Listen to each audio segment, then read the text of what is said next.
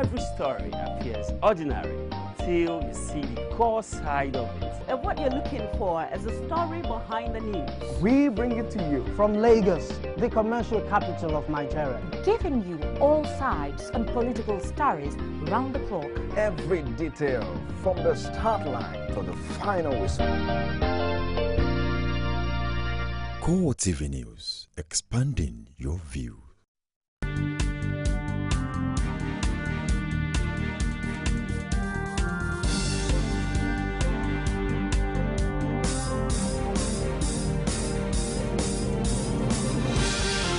Hello there, welcome to CoreTV Primetime News. I'm Nifemi Oguntoye. In our major story,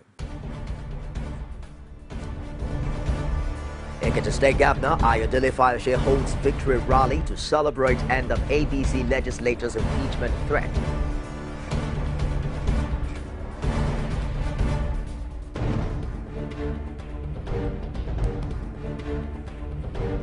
Also in this program, outgoing Senate insists that passage of 46 bills in one day is proper.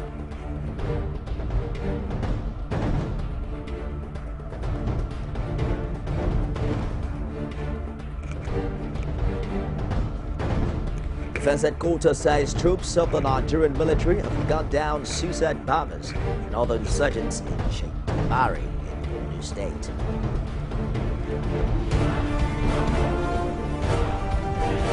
Outside Nigeria, former Iraqi foreign minister and the public face of the late Saddam Hussein's regime, Tariq Aziz, is dead. He died in an Iraqi prison aged 79.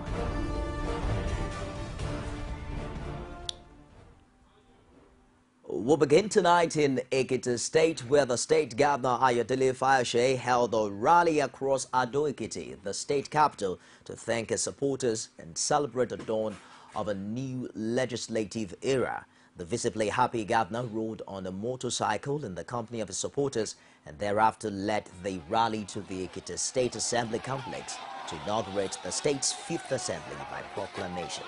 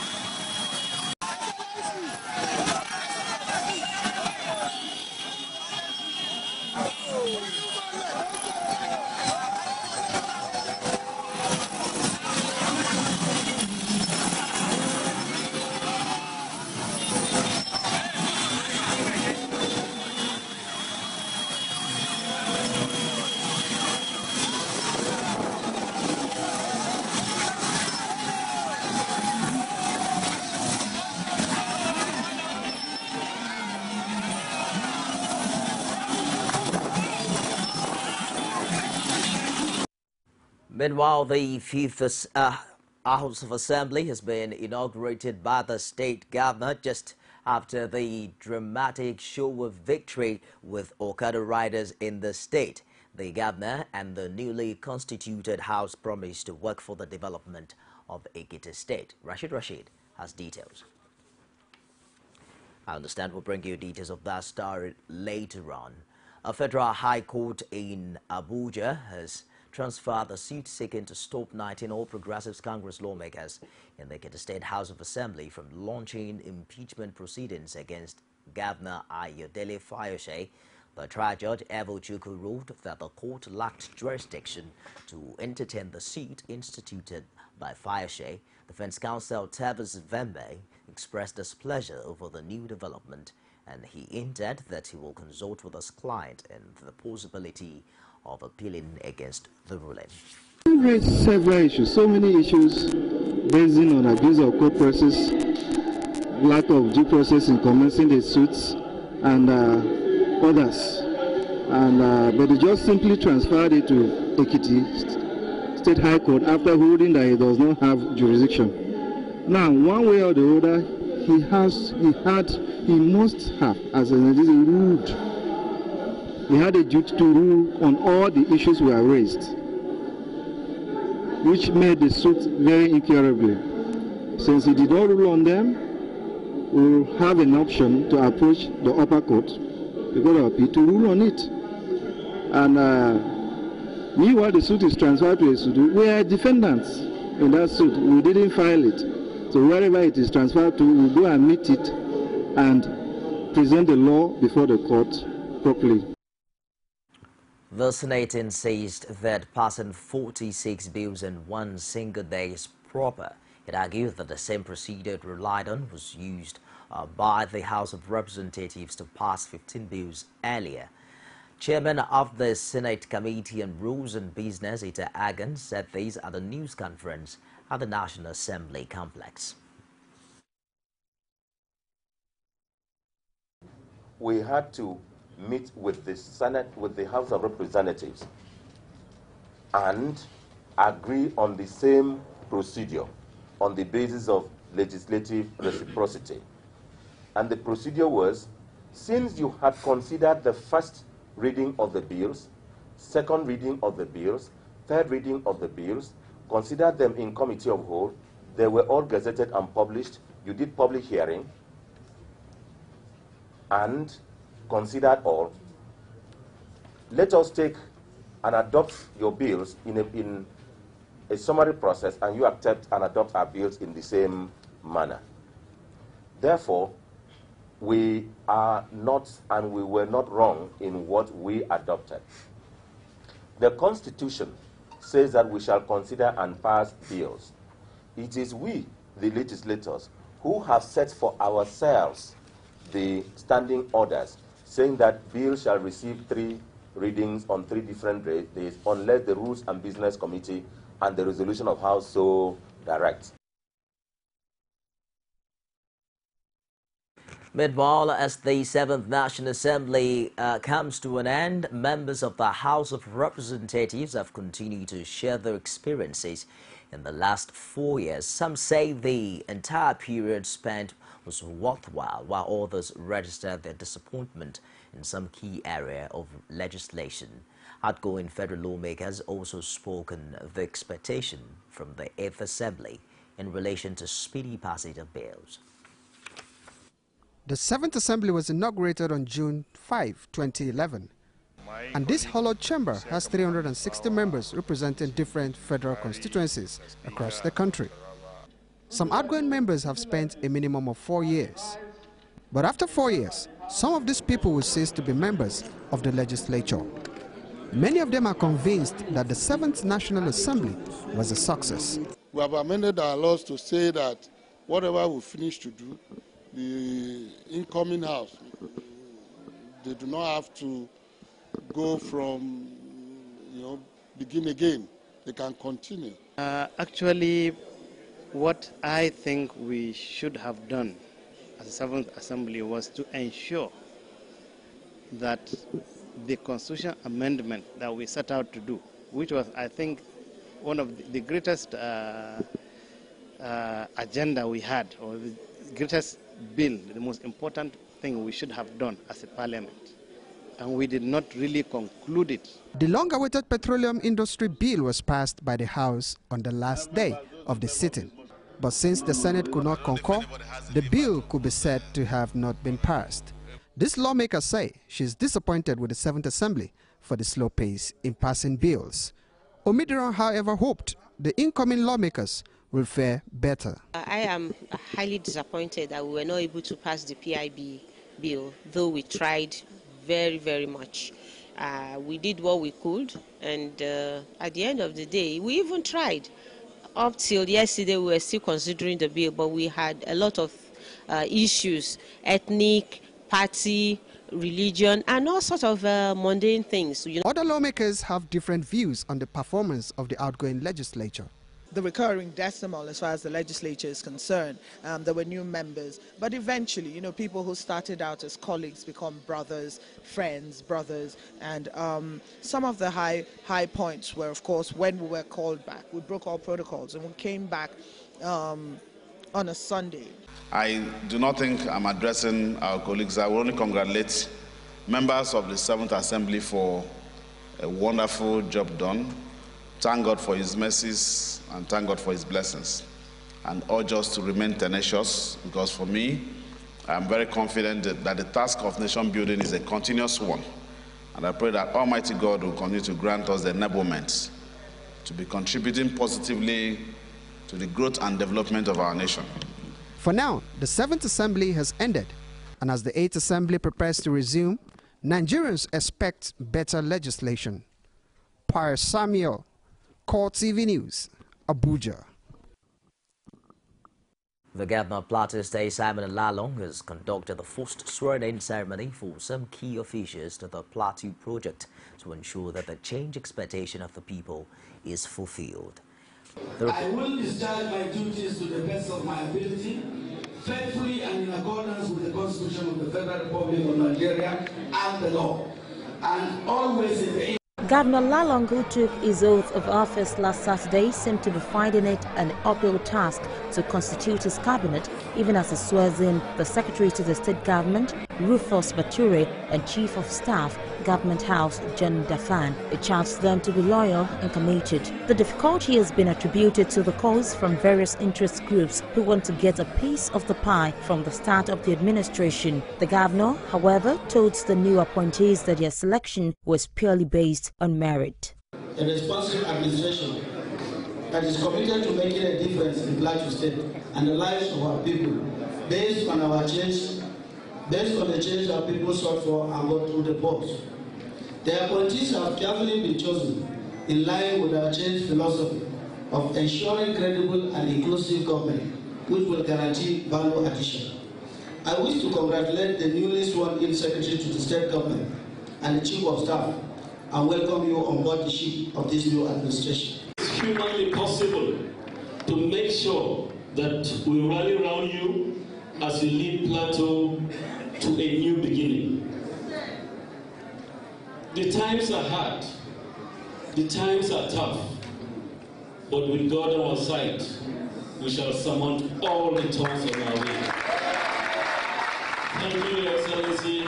In a state where the civil service is on a standstill and commercial activities grounded due to the non-payment of salaries for the past 1 year and the ongoing indefinite workers' strike action, the governor called on members of his cabinet to brace up for the challenges ahead, because it is not going to be a work in the park.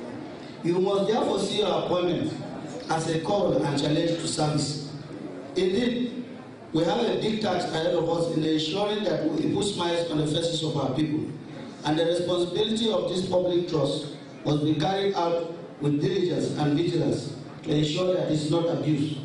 I have no doubt in my mind that you will bring on board your wealth of experience in order to ensure the smooth take-off of this administration. While responding on behalf of the new appointees, the Secretary to the State Government acknowledged that times indeed are very hard in the state, but promised to do their best to live up to the expectation of the governor and that of the Plateau people. The Kwara State House of Assembly has passed 77 bills within the 4 years of the 7th Assembly. This information was made available at the valedictory service to mark the end of the 7th Assembly in Ilori. Rashid has more in this report. As the 7th Assembly in Kwara State winds up, it was time for stock-taking of activities of the Assembly for the past 4 years. The Speaker, Razak Atunwa, says a total of 77 bills have been passed to the benefits of the people of Kwara State. This, he said, was made possible due to the good relationship which exists between the legislature and the executive. Despite the fact that this assembly found itself in a period where the nation faced tough challenges due to poor governance, resulting in political instability and economic crisis, we remain focused and committed to giving the best representation to our constituencies.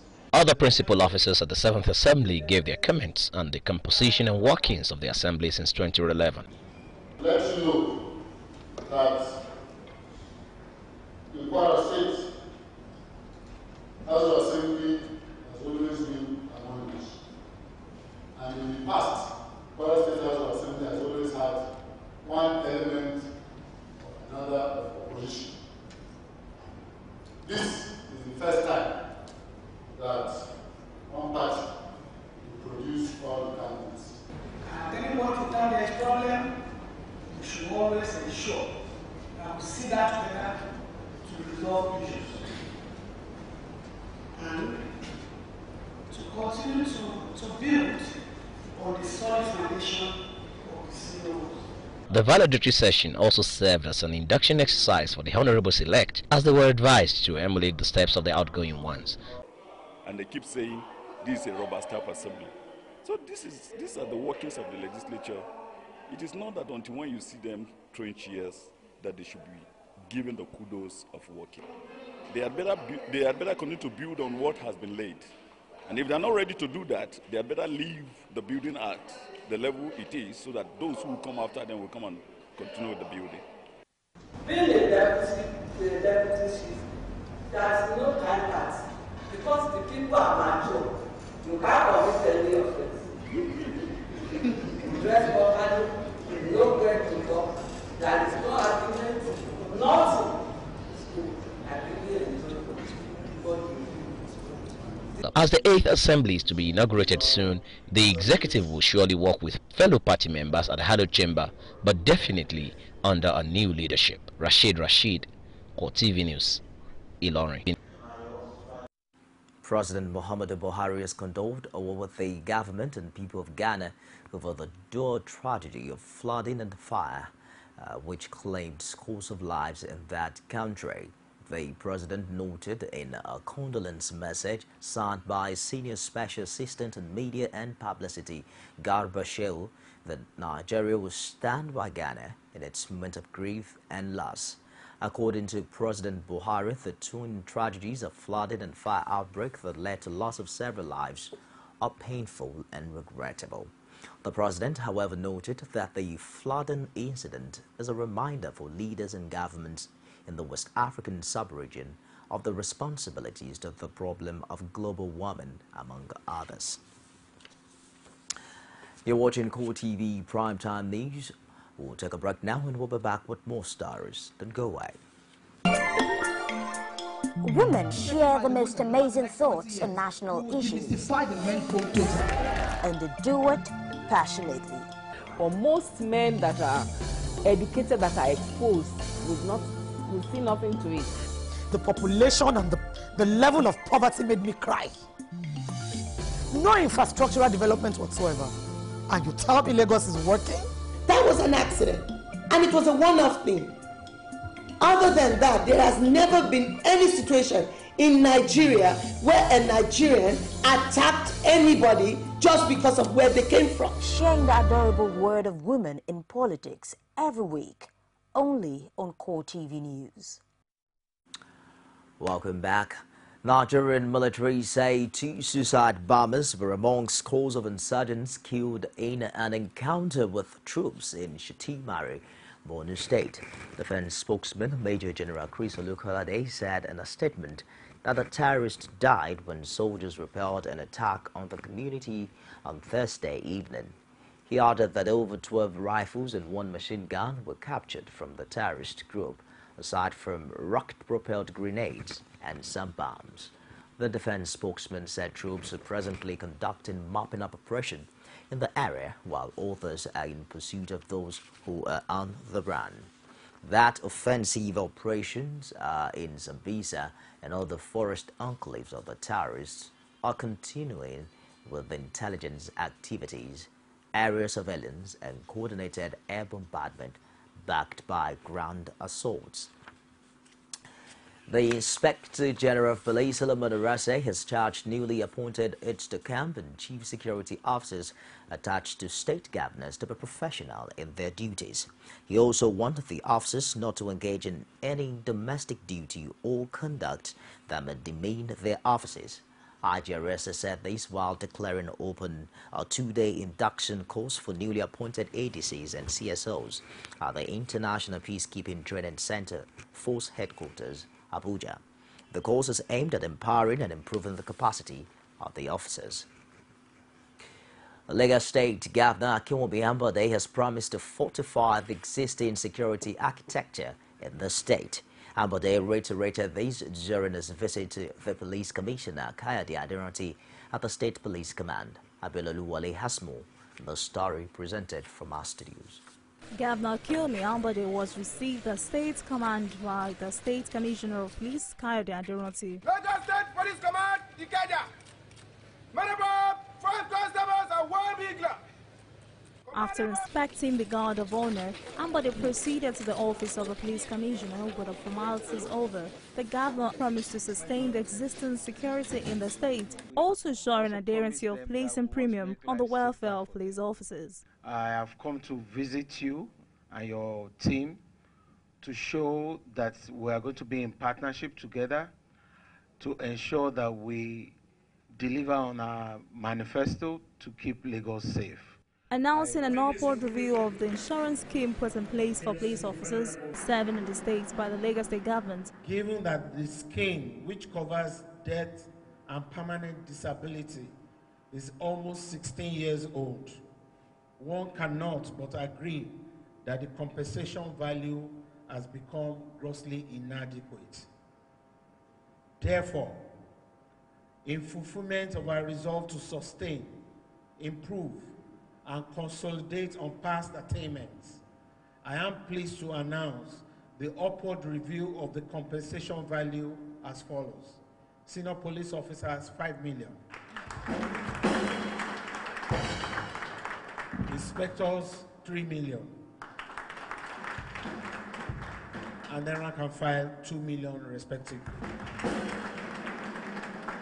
Responding, the State Commissioner of Police, Kayode Aderanti, says the police will continue to work hard to keep Lagos crime-free. We, within this command, all of our men are ready to work alongside with you to ensure that we do everything possible with your support and with the support of the federal government to ensure that we deliver on our mandate, which is to protect lives and property. Being the largest economy in the country, exploring ways of consolidating on the progress made by past governments in the area of securing lives and property of residents by the current administration will be a logical step in the right direction. Even with the conclusion of the general elections, the level of insecurity in Rivers State is yet to see any substantial improvement, with allegation of attacks on officials who served in the immediate past administration. The most recent one is the alleged attack on the life of Henry Halliday, the chief protocol officer in the former governor Rotimi Amechi's administration. The spokesperson of the State Police Command, Ahmed Mohammed, says the alleged attack is under investigation. The house.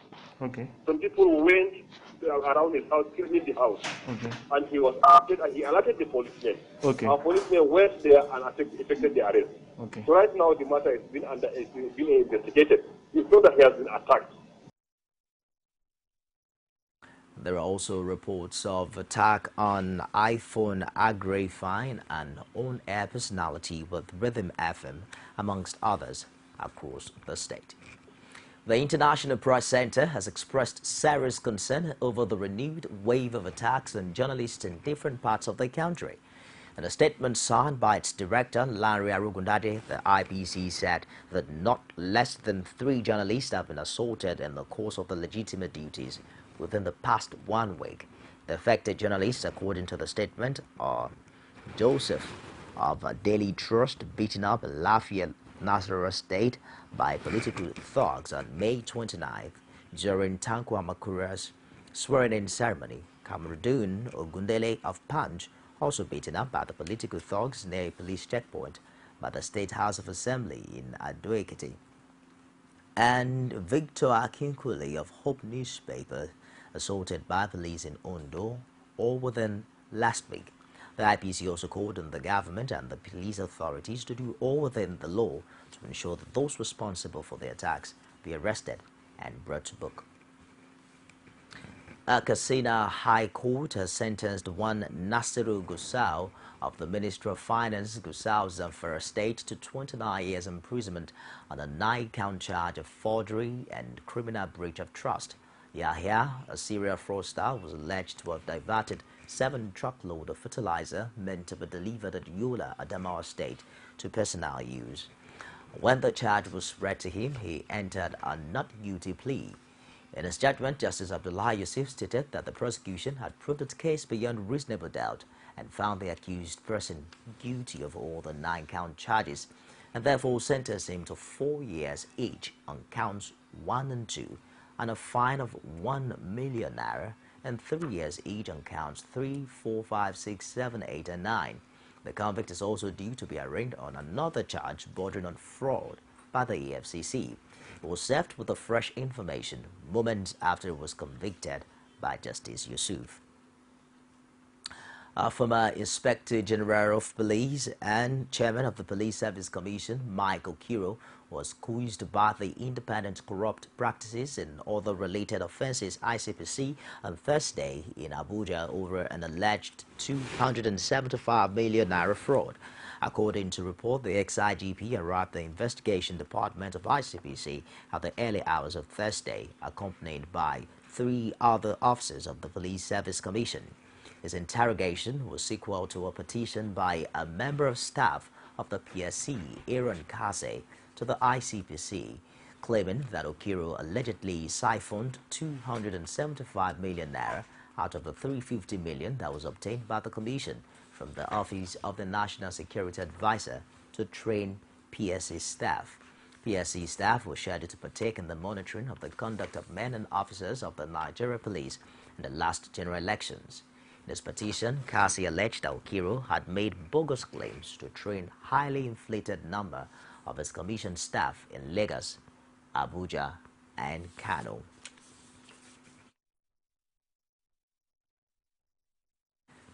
of June every year is World Environment Day, a day set aside by the United Nations to raise global awareness for positive environmental action to protect nature and the planet Earth.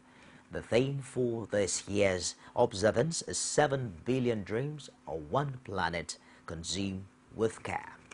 We have details of the report for you.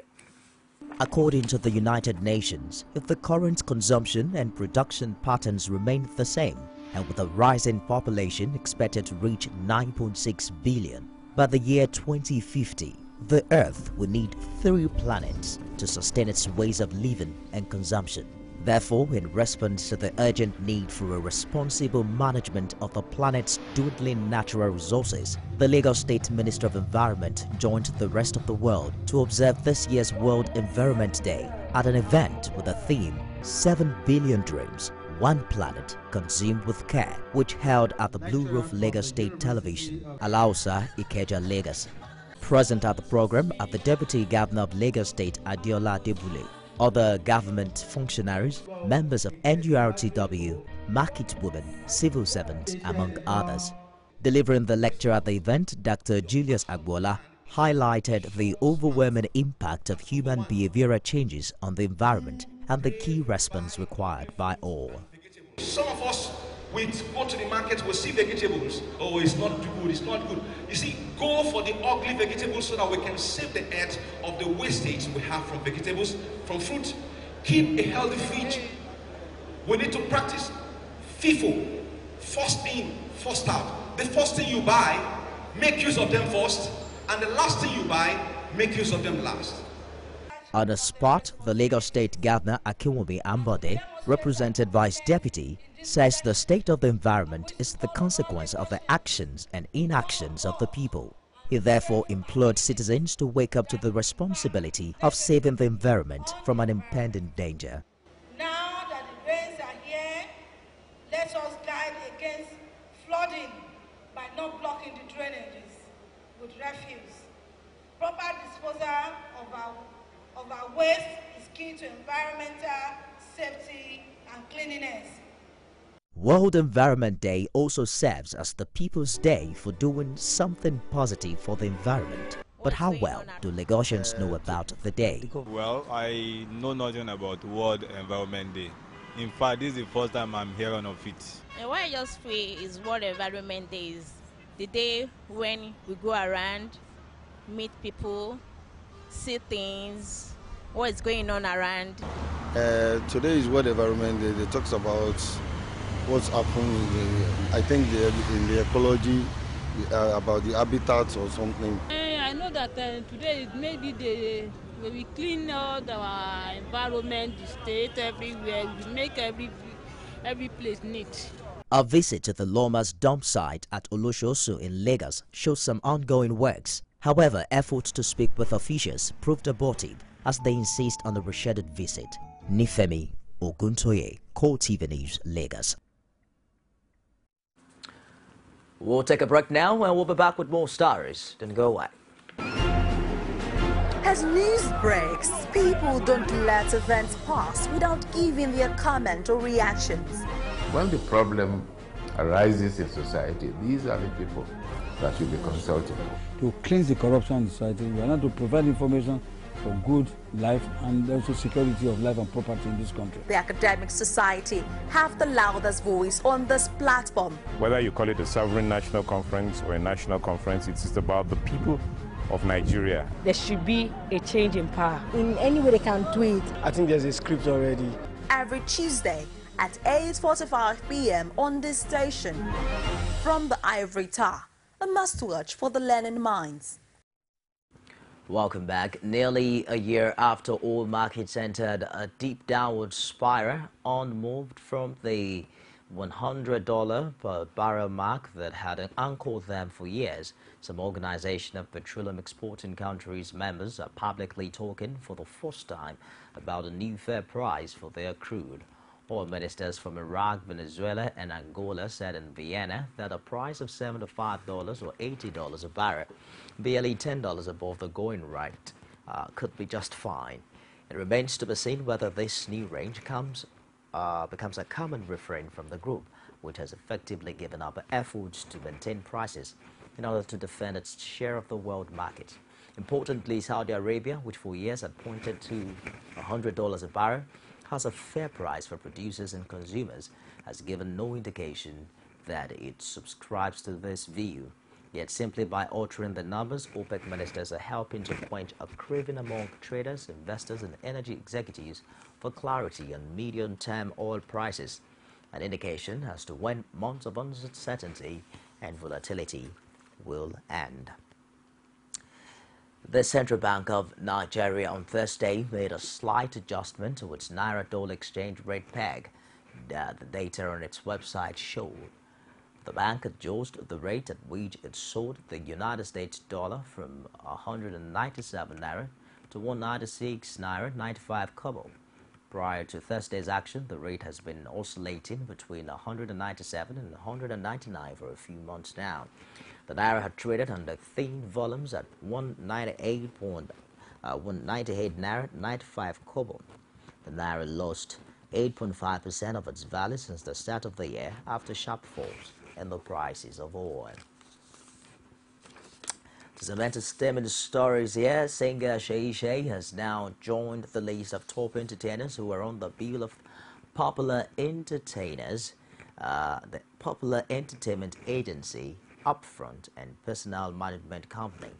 The model singer was present at the UPGMC headquarters in Lagos recently with the company CEO Paul Okoye to sign a contract. The contract makes the highly rated firm her official booking agent with immediate effect.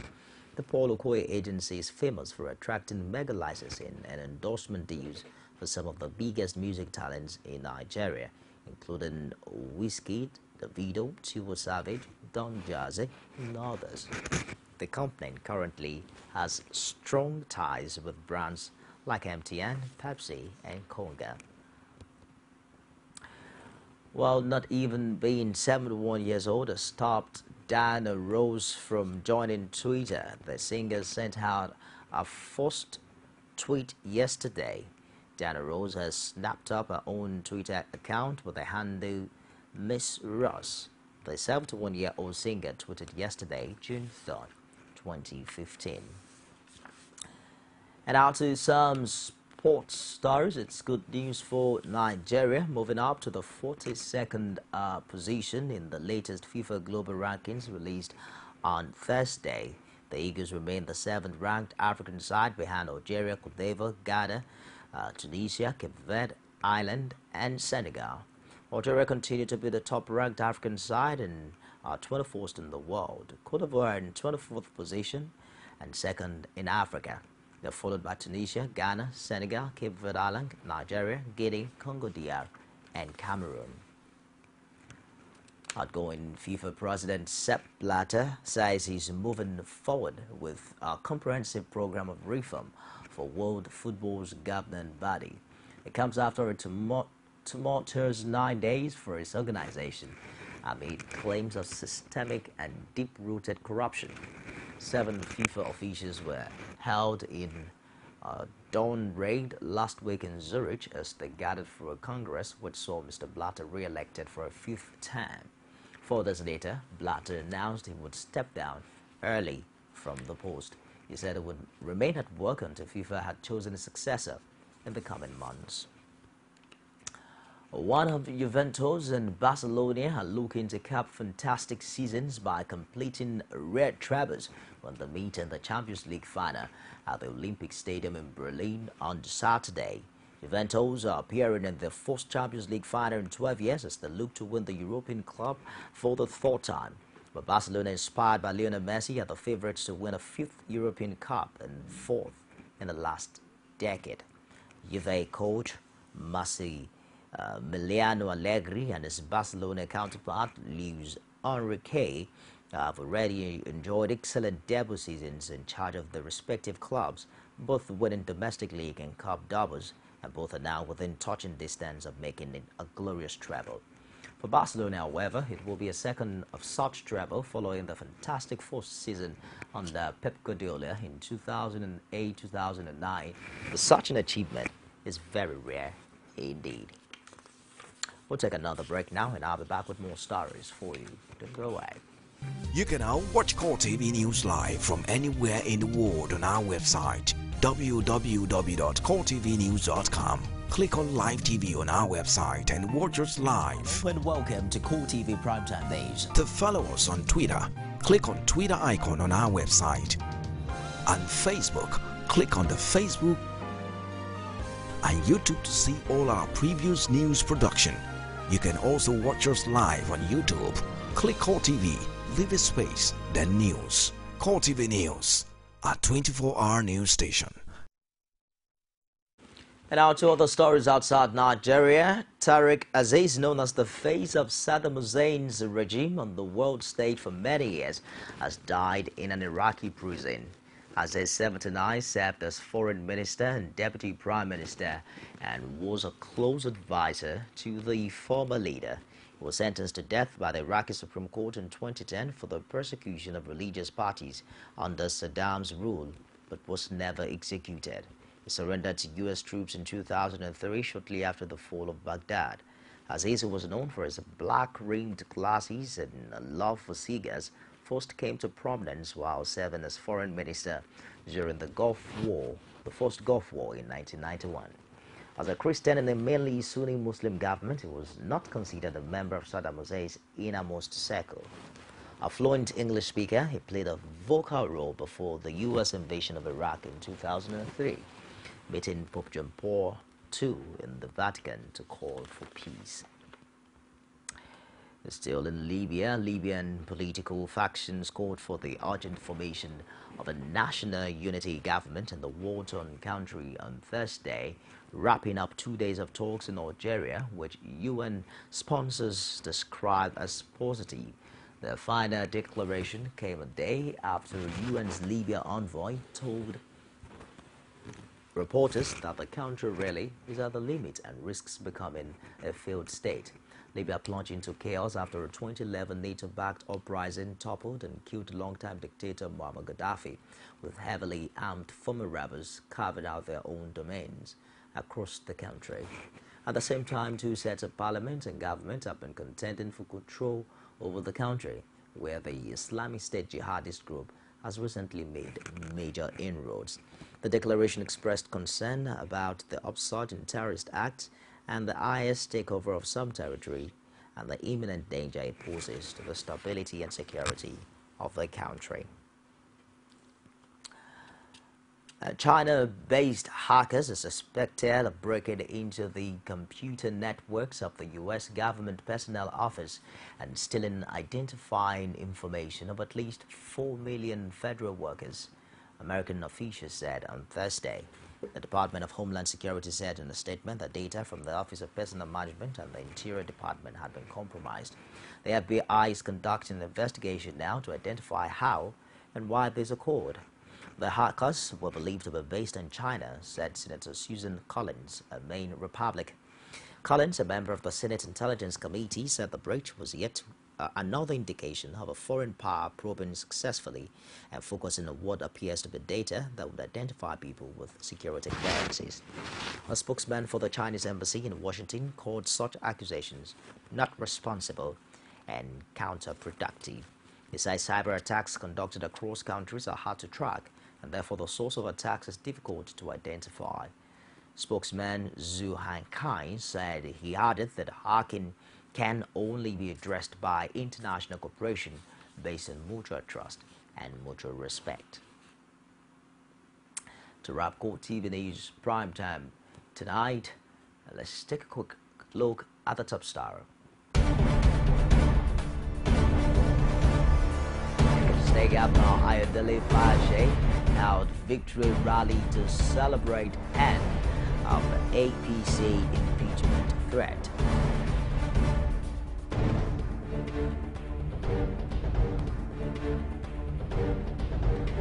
Outgoing Senate has insisted that passing of 46 bills in one day is proper.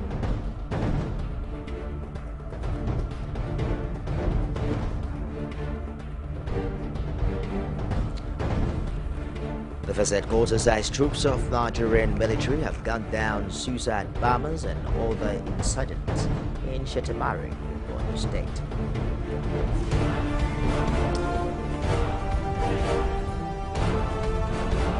And outside Nigeria, former aide of the Libyan president died in jail. And that wraps it on CoreTV Primetime News tonight. On behalf of the production crew, I am Lee Femi.